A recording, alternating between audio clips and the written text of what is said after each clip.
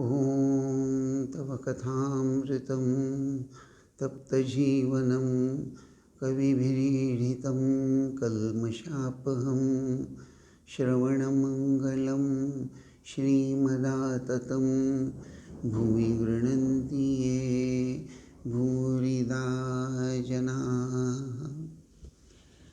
आइए परिच्छेद क्रमांक 10 या अध्याय क्रमांक 10 16 अक्टूबर 1882 उसको लेकर हम चर्चा कर रहे थे। और सर्वप्रथम श्री रामकृष्ण देव ने व्याकुलता का महत्व, विश्वास की बात और अपने खुद के जीवन में आध्यात्मिक साधना करने के फलस्वरूप उनकी जो एक अपूर्व अवस्था हुई थी, जिस अवस्था में विषयों के प्रति कोई आकर्षण उन्हें प्रभावित नहीं कर रहा था। अगर दूसरा कोई भी उनके सान्निध्य में है, वह भी अगर एक तरह से विषय का चिंतन कर रहा है तो ठाकुर उसे खुद होकर रोक देते हैं। उदाहरण के स्वरूप उन्होंने खुद अपने मुंह से रानी रासमणी का उदाहरण, जय मुखर्जी का उदाहरण दिया है। और हल्दारी को वो कहते हैं कि मेरा कैसा ये स्वभाव हो गया है, क्या करूं। फिर माँ को पुकारते पुकारते वह स्वभाव दूर हुआ।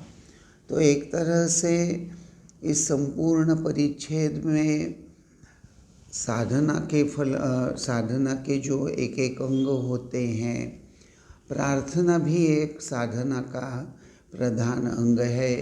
या अपने मन को विषयों से हटाकर ईश्वराभिमुख बनाना, ईश्वर के चरणों में जोड़ कर रख देना, उसके लिए प्रार्थना निश्चित रूप से मदद करती हैं। साधन भजन करते हुए बाधाएं तो आती ही हैं, बाधाएं विविध रूप से आती हैं। अक्सर बाधाएं, यह शब्द जब हम इस्तेमाल करते हैं या उसको लेकर जब सोचने लगते हैं तो सामान्यतः मन का चंचल स्वभाव, मन में उठने वाले विषय, विकार इत्यादि को लेकर ही हम उसका वर्णन बाधा के रूप में करते हैं। लेकिन एक प्रकार से यह जो श्री रामकृष्ण देव वर्णन कर रहे हैं कि गंगा जी के तट पर वराहनगर घाट में जय मुखर्जी जप कर रहा था, अनमना उसका मन ईश्वर के नाम जप में तन्मय नहीं था, अन्य मनस्क था, दूसरा कोई विचार और निश्चित रूप से विचार उसके मन में रहा होगा, जिसके फलस्वरूप ठाकुर उसे एक तमाचा जड़ देते हैं गालों पर, या रानी रासमणी को भी थप्पड़ मारते हैं। तो एक तरह से यह थप्पड़ मारना अर्थात श्री रामकृष्ण देव का यह उद्देश्य प्रतिशोध लेना या उनके प्रति कोई तिरस्कार की भावना का प्रदर्शन नहीं है। उसके पीछे जो साधन भजन कर रहे हो वह संपूर्ण मन देकर करो, उस समय अन्य कुछ सोचने की ज़रूरत नहीं है। उसी प्रकार से हमें अपने मन को अनासक्त बना लेना है। देखिए, थोड़ी देर के लिए ही सही, संपूर्ण रूप से अनासक्ति का अभ्यास यह आध्यात्मिक जीवन का एक प्रधान अंग निश्चित है। लेकिन सर्वसामान्य मनुष्य के लिए संपूर्ण रूप से त्याग या संपूर्ण रूप से अनासक्त होना एक ही दिन में सहज नहीं होता। ज्ञान योग की दृष्टि से यह संसार, यह जगत मिथ्या है। भक्ति योग में प्रभु विस्मरण गलत है, पाप है। कर्मयोग का साधन भजन करता है कोई, तो कर्म योग का साधना भी करूँगा और स्वार्थपरायण बना रहूँगा, ऐसा नहीं हो सकता। और मैंने कह दिया, आपने सुन लिया, गीता ने कह दिया, अमुक ने कह दिया, उस संत ने कह दिया, वो महात्मा ने कह दिया, इसी के कहने से झट से हमारा मन संपूर्ण रूप से निस्वार्थी बनेगा, इसकी क्या कोई गारंटी होती है?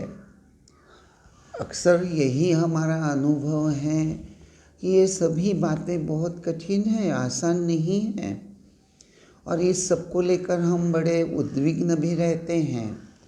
हम चाहते हैं कि बहुत निश्चित निष्ठा के साथ नियमित रूप से साधन भजन करें, कोई विघ्न बाधा न आए, लेकिन कोई भी ऐसा साधक नहीं है कि जो आध्यात्मिक उन्नति की दृष्टि से, विकास की दृष्टि से साधन भजन के लिए जब लगता है, साधना शुरू करता है, तो बाधा आती ही नहीं।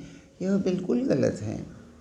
बाधा तो आती भी है, लेकिन भगवान की कृपा से, भगवान को पकड़े रहने से वह विघ्न बाधाएं दूर भी होती हैं, और बाधाएं भी कभी कभी सात्विक बाधाएं होती हैं। देखिए, पुराणों में बहुत बार वर्णन आता है कि बहुत ऋषि मुनि या कभी कभी मन राक्षस भी बहुत जप तप कर रहे हैं, तपश्चर्या कर रहे हैं, और विघ्न डालने के लिए इंद्र बड़ा चंचल हो जाता है। तुलसी रामायण में एक प्रसंग आता है कि नारद जी, उनको तो सारे जगत में सब जगह घूमने का ग्रीन कार्ड है, तो नारद जी एक बार हिमालय में वहाँ उधर गए हुए थे, और बड़ी मनोहर रमणीय स्थान उनको नज़र आया, और वह स्थान, रमणीय स्थान देखकर नारद जी को लगा कि बस यहीं बैठकर मुझे निश्चित रूप से ध्यान करना है, जप करना है, साधना करनी है। और नारद जी वहाँ गंभीर साधना में डूब जाते हैं। उनकी यह गंभीर साधना, एकाग्र मन से तन्मय होकर ईश्वर के साथ एक रूप हो जाना, यह सब देखकर इंद्र बड़ा भयभीत होता है, और इंद्र अर्थात अप्सराओं को बुलाता है और जाकर कहता है कि जाकर नारद के सामने कुछ अपने कला दिखाओ, ताकि उसका मन साधना से विचलित हो जाए। फाइनली इंद्र कामदेव को भी भेजता है, ऐसा वर्णन तुलसीदास जी वहाँ करते हैं। ये प्रसंग मैं इसलिए कह रहा हूँ कि यहाँ बाधा देने वाला, निर्माण करने वाला कौन है? तो वही इंद्र हैं।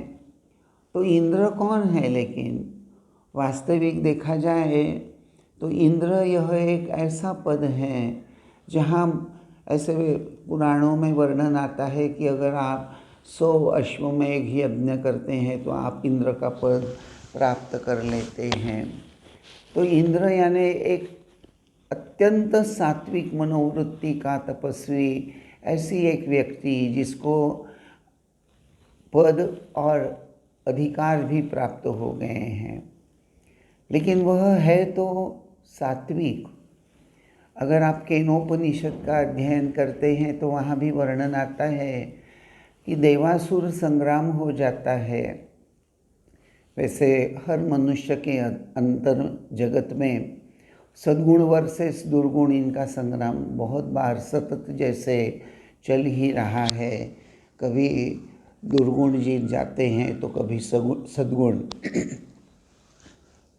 तो यही भी केनोपनिषद में भी यही कहानी दोहराते हुए बताया जाता है कि एक बार देवता हार गए, असुर जीत गए, और फिर से युद्ध हुआ और देवता लोग जीत गए।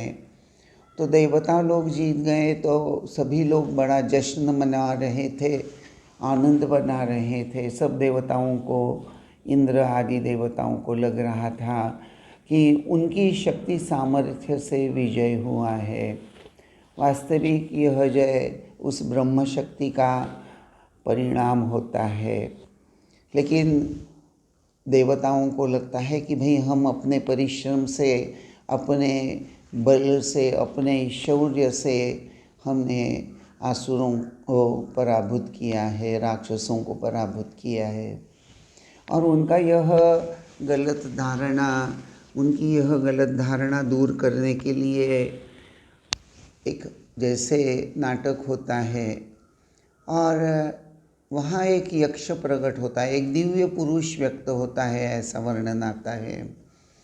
तो सभी लोग देख रहे हैं, उसके दिव्य स्वरूप को देखकर चकित हो जाते हैं और आपस में चर्चा हो रही है कि यह कौन है।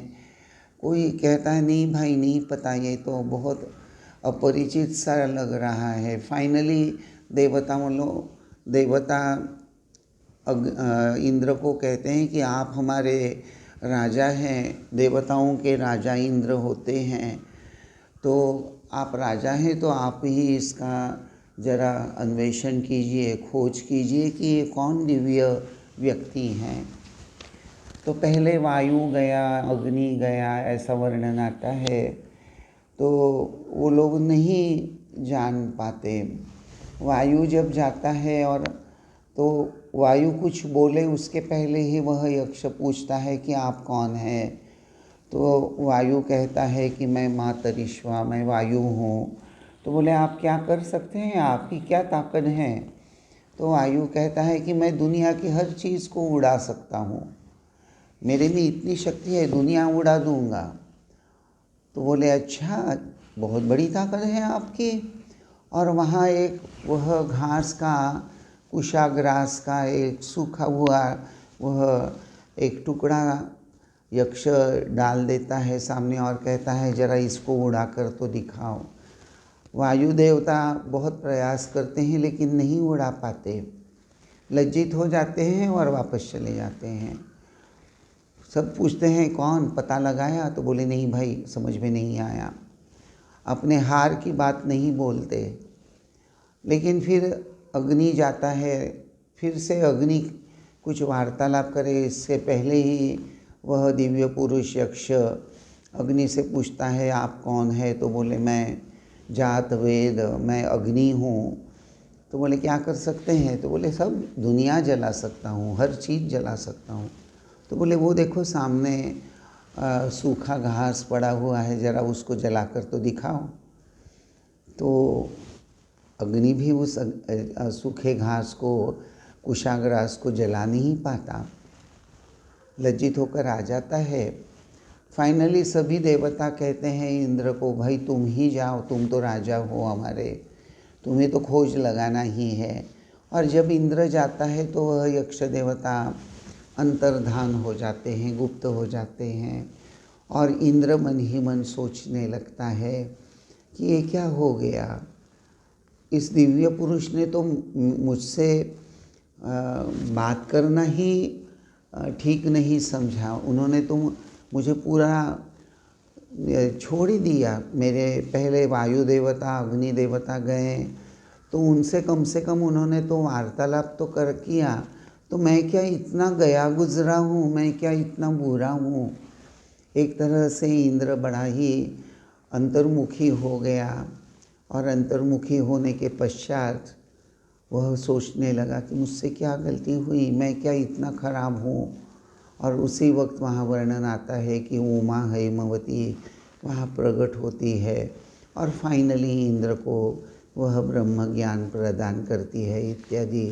तो यहाँ ये कहानी मैं आपको इसलिए बता रहा हूँ कि देखिए यह जो इंद्र हैं, यह सत्वगुण का साक्षात पुतला है।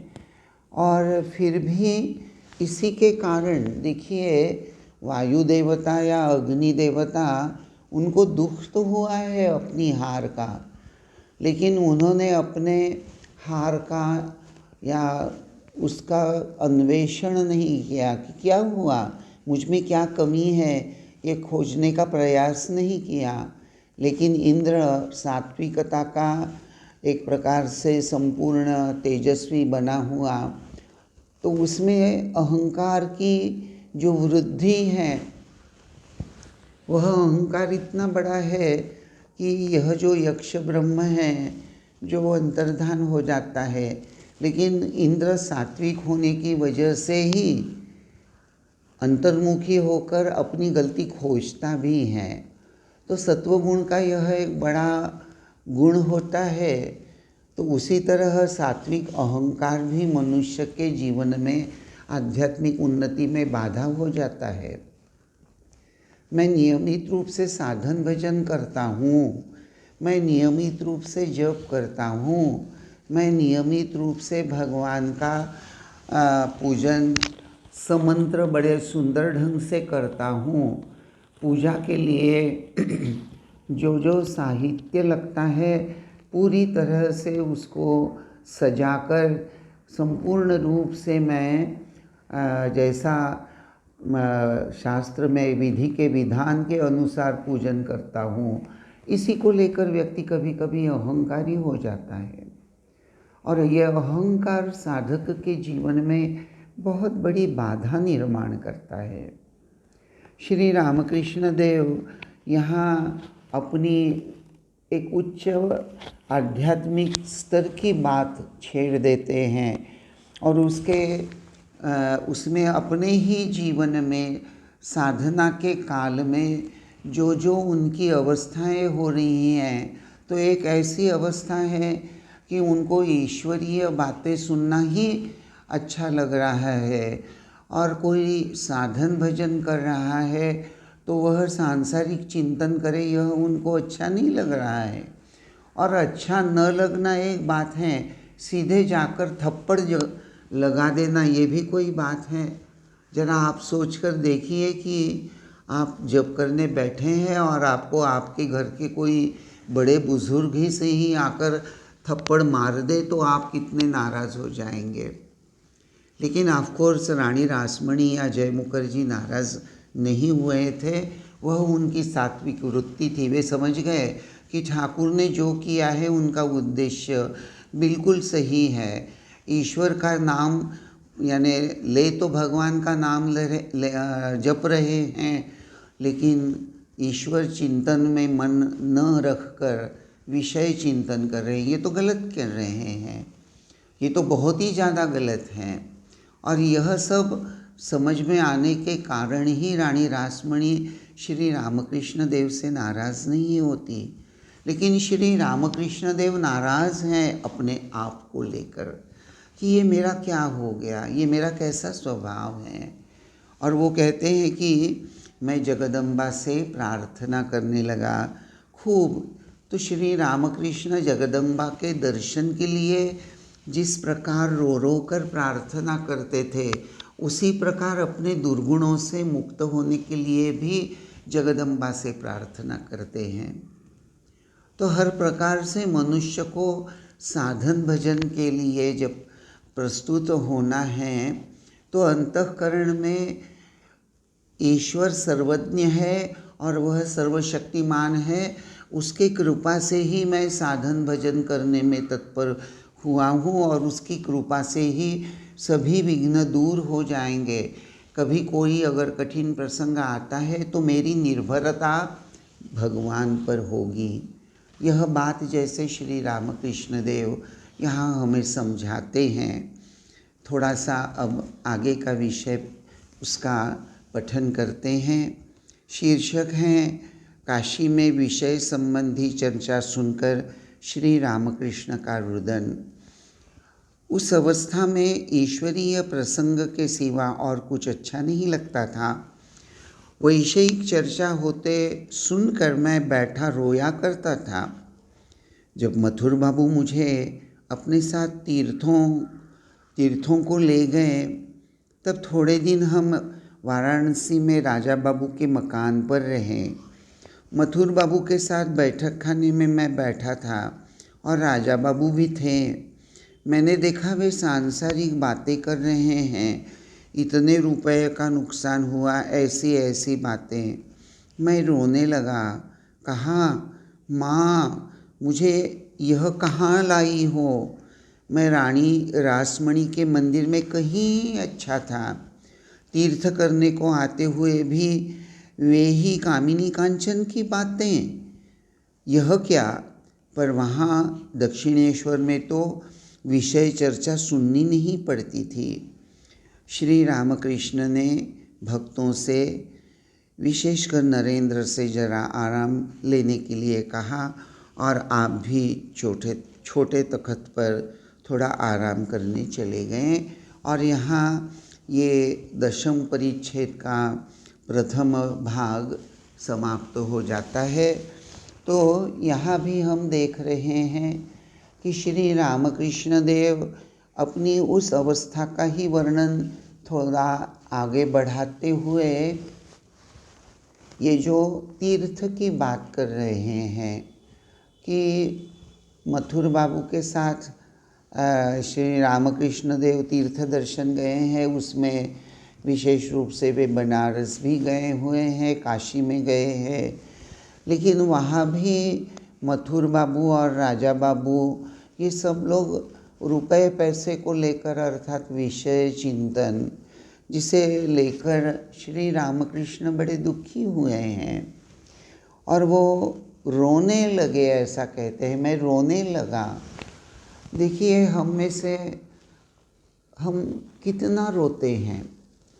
देखिए, हम लोग नियमित रूप से साधन भजन तो करते हैं, लेकिन किसी दिन हमारे घर में मेहमान आ जाते हैं, कुछ ऐसा हो जाता है तो हमारा साधन भजन कुछ खंडित सा हो जाता है। लेकिन क्या उससे हम दुखी होते हैं? रोने की बात तो दूर रही, क्या मन ही मन हमें बहुत दुख होता है कि ये क्या हो गया? आज मेरा जब निश्चित जप संख्या जो थी वह मैं नहीं कर पाया, और वह जप संख्या पूरी करने के लिए क्या आप छटपटाते हैं? देखिए, मैं एक छोटी सी बात, एक घटना बताता हूँ, आपको आशा करता हूँ अच्छी लगेगी और ये जो भाव है आपको समझ में आएगा। रामकृष्ण संघ के एक सन्यासी के द्वारा ही ये बात मुझे पता हो गई। प्रसंग के बड़े अनुरूप बात हैं, इसलिए मैं वह प्रसंग बता रहा हूँ। बात वैसे बहुत पुरानी नहीं है, मोस्ट प्रोबेबली 1986 की बात होगी। और उस समय परम पूज्यपाद श्रीमद स्वामी गहनानंद जी महाराज रामकृष्ण संघ के जनरल सेक्रेटरी थे, और पहले असिस्टेंट सेक्रेटरी और उसके बाद में जनरल सेक्रेटरी थे। तो 1989 में जब गहनानंद जी महाराज जनरल सेक्रेटरी थे तो उस समय वे चेन्नई में पधारे थे और उनके प्रणाम करने के लिए चेन्नई के सभी, वैसे चेन्नई में हमारे रामकृष्ण मठ के 4 सेंटर हैं। मूल जो विवेकानंद जी के समय रामकृष्णानंद जी द्वारा स्थापन किया गया चेन्नई मठ, वह आदि मठ जैसे चेन्नई में, और फिर बाद में स्टूडेंट्स होम, विवेकानंद कॉलेज और रामकृष्ण मिशन आश्रम टी नगर, ये अलग अलग सेंटर्स चालू हो गए। तो ये स्वामी जी टी नगर सेंटर में सेवारत थे और गहनानंद जी महाराज चेन्नई पधारे हैं तो उनको प्रणाम करने के लिए गए हुए थे। गहनानंद जी महाराज ने ये स्वामी जी, उनको हम एक्स स्वामी जी बोलते हैं, तो ये एक्स स्वामी जी को गहनानंद जी महाराज ने पूछा कि जप ध्यान कैसे चल रहा है, कितना जप करते हो रोज, जरा बताओ। गहनानंद जी महाराज जो रामकृष्ण संघ के बाद में वाइस प्रेसिडेंट और बाद में प्रेसिडेंट भी बने, विरजानंद महाराज के शिष्य थे। उन्होंने ये सवाल उस सन्यासी से एक से जब पूछा तो उसने लज्जित होकर कहा, क्या करूं महाराज, कामकाज का इतना प्रेशर रहता है कि मैं 108 सुबह और 108 शाम को बस इतना ही जप कर पाता हूँ। तो गहनानंद जी महाराज बड़े गंभीर हो गए और उन्होंने कहा कि देखो, श्री श्री माँ शारदा तो कितना जप करती थी, हम लोगों को भी जप ध्यान निश्चित रूप से बड़ी तन्मयता के साथ, एकाग्रता के साथ अधिकाधिक करने का प्रयास करना चाहिए। और यहाँ तो तुम सिर्फ 108 दीक्षा के समय गुरु को वचन दिया इसलिए कि तुम्हें नहीं लगता कि जप निश्चित रूप से करते करते तुम भगवान के नज़दीक पहुँच जाओगे, ईश्वर साक्षात्कार के अधिकारी हो जाओगे। तो वो जो सन्यासी थे, स्वामी एक्स, उन्होंने कहा, नहीं महाराज, जप ध्यान पर, भगवान के नाम पर मेरा पूरा विश्वास तो है, लेकिन आश्रम में ही इतने काम होते हैं, मैं क्या करूं। तो महाराज ने बस एक बार देख लिया और कहा कि ठीक है, तुम प्रयास तो करो, मुझे वचन दो कि तुम कम से कम रोज़, चाहे सुबह हो चाहे रात में हो, कम से कम एक वक्त 10,000 जप करोगे, 10 माला, इतना तो तुम कर ही सकते हो, मुझे वचन दो कि तुम करोगे। और एक स्वामी जी, उनको वह वचन देना पड़ा। उनको ऐसा लगा कि अब मैं क्या करूं, लेकिन बड़े बुज़ुर्गों का, वरिष्ठ सन्यासी को ना बोलना अच्छा नहीं लगा और इसीलिए उन्होंने वचन दे दिया। देखते देखते 3 साल गुजर गए। गहनानंद जी महाराज वाइस प्रेसिडेंट बन गए और वाइस प्रेसिडेंट बनने के बाद फिर से वे जब चेन्नई गए, उस सन्यासी से मुलाकात हुई।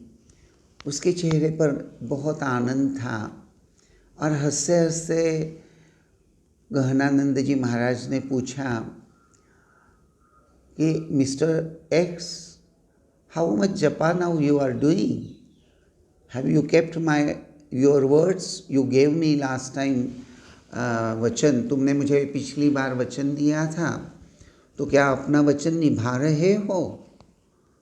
और जो स्वामी जी थे एक्स मिस्टर, उन्होंने बड़े आनंद से कहा, हाँ महाराज, 10 माला क्यों, अब तो मैं बहुत उससे भी कई गुना अधिक जप कर लेता हूँ।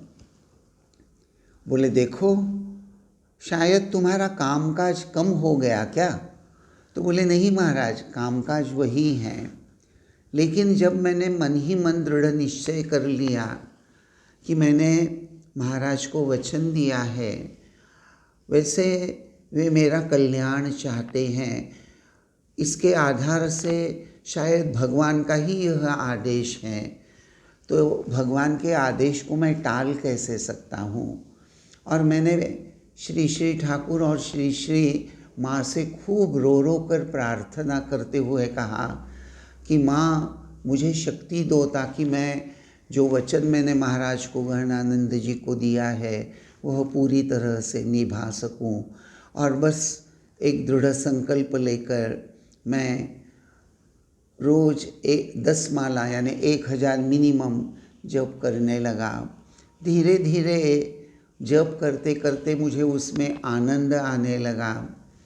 चलते फिरते काम काज करते मैं भगवान का नाम लेने लगा और तन्मयता, एकाग्रता उसका ही परिणाम होगा कि जप करते वक्त जप करने की गति को एक बहुत शार्पनेस आ गया। अर्थात मेरी जप करने की जो धीमी पद्धति थी वह धीरे धीरे धीरे फास्ट हो गई, फास्ट से और अधिक फास्ट, फास्टर, फास्टेस्ट, और इतना सुंदर जप होने लगा, भगवान का चिंतन मनन होने लगा और नाम जपने में एक आनंद आने लगा।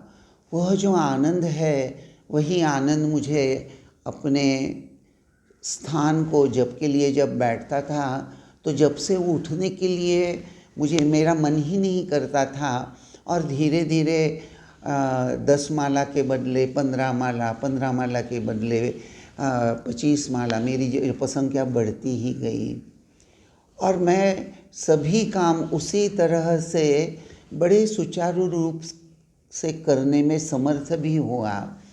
पहले जो काम करने के लिए मुझे मैं भी 1 घंटा लगता था, वही काम मेरी एकाग्रता, मेरी तन्मयता बहुत अच्छे से बढ़ने के कारण, और यह ठाकुर की सेवा है, यह बोध सतत जागृत रहने के कारण जो काम 1 घंटे में होता था उसी को मैं आधे घंटे में करने लगा, कभी 40 मिनट, कभी इवन आधा घंटा। तो एक तरह से मुझे समय भी मिलता गया। तो भगवान का नाम जपना यह अपने आप में एक बहुत सुंदर साधना है। और हम लोग तो बहुत बार बहाना बना लेते हैं, हमको इतना कामकाज होता है कि हम 108 से ज़्यादा जप ही नहीं कर सकते। यहाँ ठाकुर कह रहे हैं, विषय चिंतन सुनकर मैं रोने लगा। ठाकुर को रोना आता है और हम विषय चिंतन में आनंद लेते हैं। हमारे घर में आए हुए जो मेहमान होते हैं उनके साथ बैठकर कभी हम पॉलिटिक्स की बातें करते हैं, कभी खरीदारी की बातें करते हैं, कभी परनिंदा पर चर्चा करते हैं। तो हमारा उसमें समय बीत रहा है, उसको लेकर तो हम कभी नहीं रोते, न हम भगवान का जप बहुत ज़्यादा कर पाएँ इसको लेकर दुखी होते हैं। जरा अपने अंतःकरण में झांक कर देखिए कि साधन भजन में मैं बहुत तन्मयता से आगे नहीं बढ़ पा रहा हूँ, इसको लेकर क्या हमें रोना आता है? सांसारिक वस्तुएं प्राप्त नहीं हुई उसको लेकर तो हम बहुत अच्छे से दुखी हो जाते हैं, लेकिन भगवान का स्मरण मनन नहीं हो रहा है, इसको लेकर हम न रोते हैं न दुखी होते हैं। और ठाकुर तो दुखी होकर जगदम्बा को प्रार्थना कर रहे हैं, अर्थात उपाय भी ठाकुर बता ही देते हैं, प्रार्थना प्रार्थना प्रार्थना। देखिए रामकृष्ण वचनामृत में, कथामृत में ये प्रार्थना का महत्व या प्रार्थना रूपी उपाय, इसका वर्णन श्री रामकृष्ण बहुत बार करेंगे। प्रार्थना, हे प्रभु मैं आपका नाम ले सकूं, ऐसी कृपा करना। हे प्रभु सभी कर्म मैं आपकी पूजा सेवा के रूप में कर सकूं, ऐसी प्रार्थना। हे प्रभु आपके अस्तित्व का, आपके उपस्थिति का बोध मेरे अंतःकरण में सदैव बना रहें, यह बोध। हे प्रभु आप ही मुझसे साधन भजन करवा लीजिए, आप ही साधना में आने वाले विघ्नों को दूर करते हुए मुझे साधना में आगे बढ़ाने में सहायता कीजिए। क्या हम भगवान को ऐसी प्रार्थना करते हैं? तो यहाँ श्री रामकृष्ण देव एक प्रकार से अपने इष्ट देवता को, माँ को अर्थात जगदम्बा को प्रार्थना करना यह उपाय समझाते हैं। आज बस हम यहीं रुकते हैं। अगले प्रवचन में परिच्छेद नंबर 10 उसका द्वितीय भाग, उसकी शुरुआत होगी, जिसका शीर्षक है नरेंद्र आदि के साथ कीर्तनानंद, नरेंद्र का प्रेमालिंगन। ओम शांति शांति शांति। हरि ओम तत्सत। श्री राम कृष्णार्पणमस्तु।